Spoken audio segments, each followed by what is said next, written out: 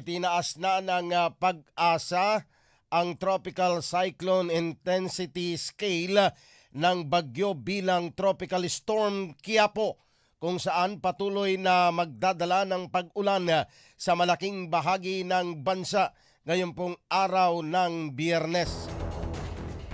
Huling namataan ang sentro ng bagyong Quiapo sa layong 355 kilometro silangan ng Apari, Cagayan.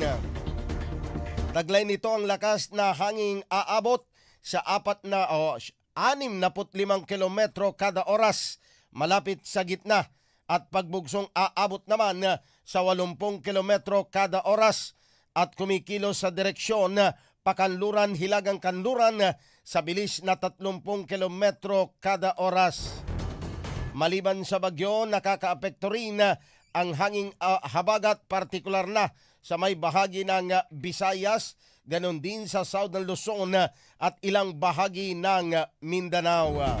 Iba yung pag-iingat sa posibilidad na pagbaha at pagguho ng lupa dulot ng malakas hanggang matinding mga pag-ulan habang nananatili rin ang banta ng malakas na hangin sa mga nasabing lugar.